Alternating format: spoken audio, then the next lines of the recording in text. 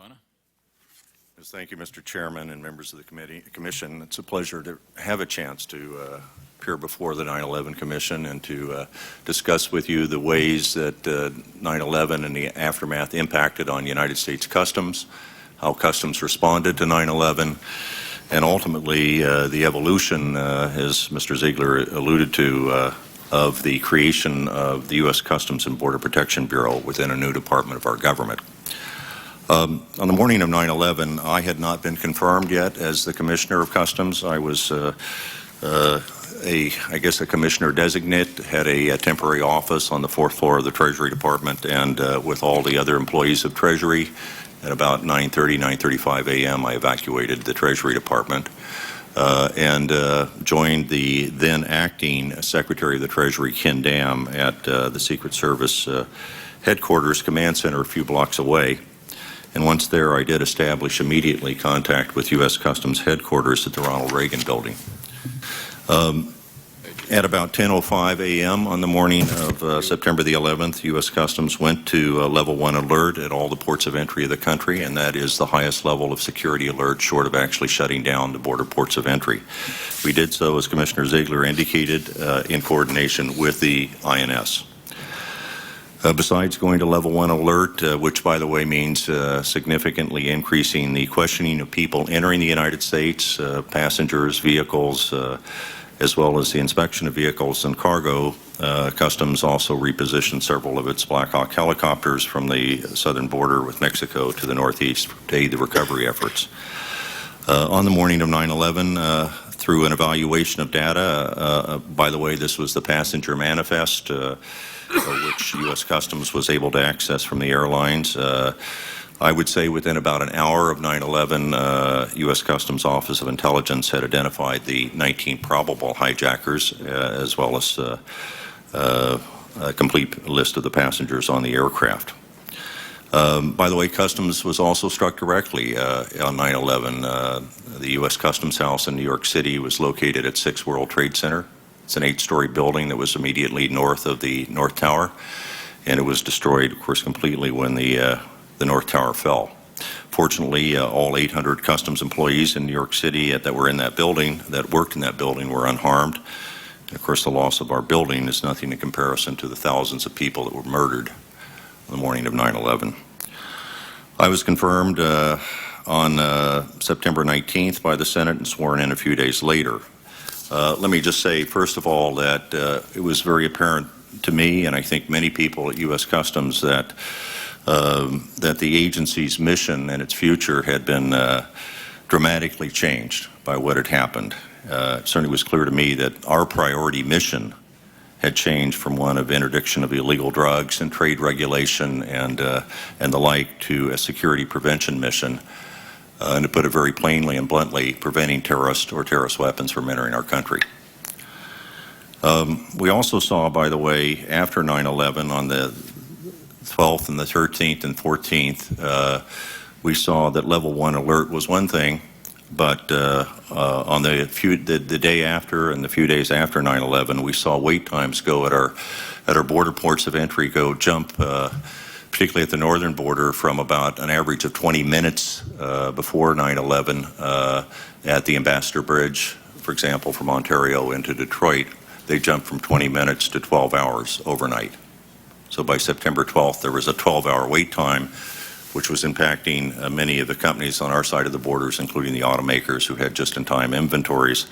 By the way, that was across the border. At Buffalo, the bridges over Buffalo were also 10 to 12-hour wait times within a day or two of 9/11, as well as the bridge at Port Huron. So we virtually shut down the borders by going to level 1 alert.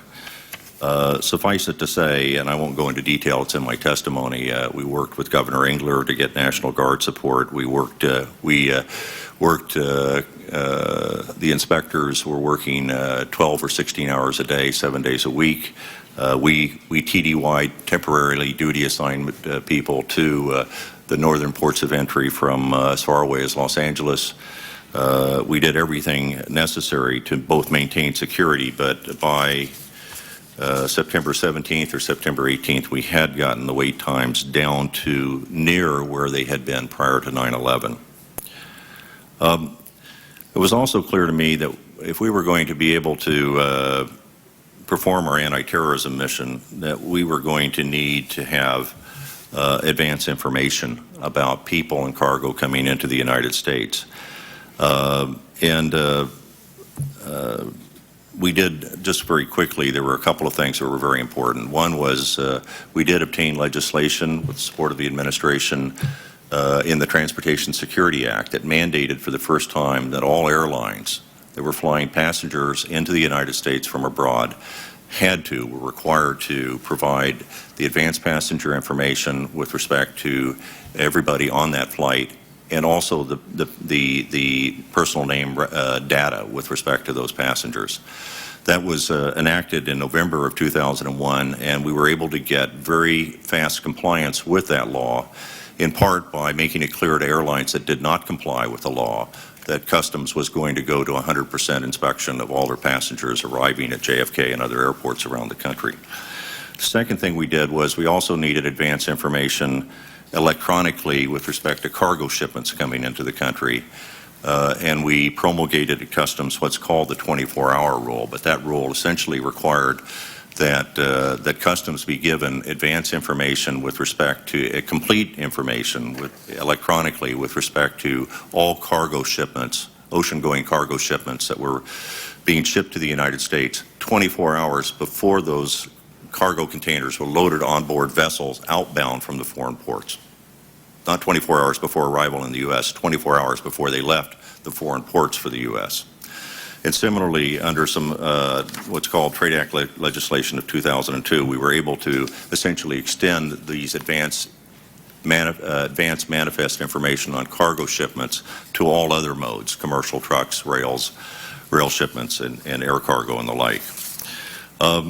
We also, as Mr. Ziegler indicated, realized that we had to push our border outward. We had to extend our zone of security, and we did three key things in that direction. One was to create in late 2001, November 2001, the Customs Trade Partnership Against Terrorism. This was essentially partnering with the private sector to get a commitment from them to give increased supply chain security, literally from the foreign loading docks of their vendors to the U.S. borders.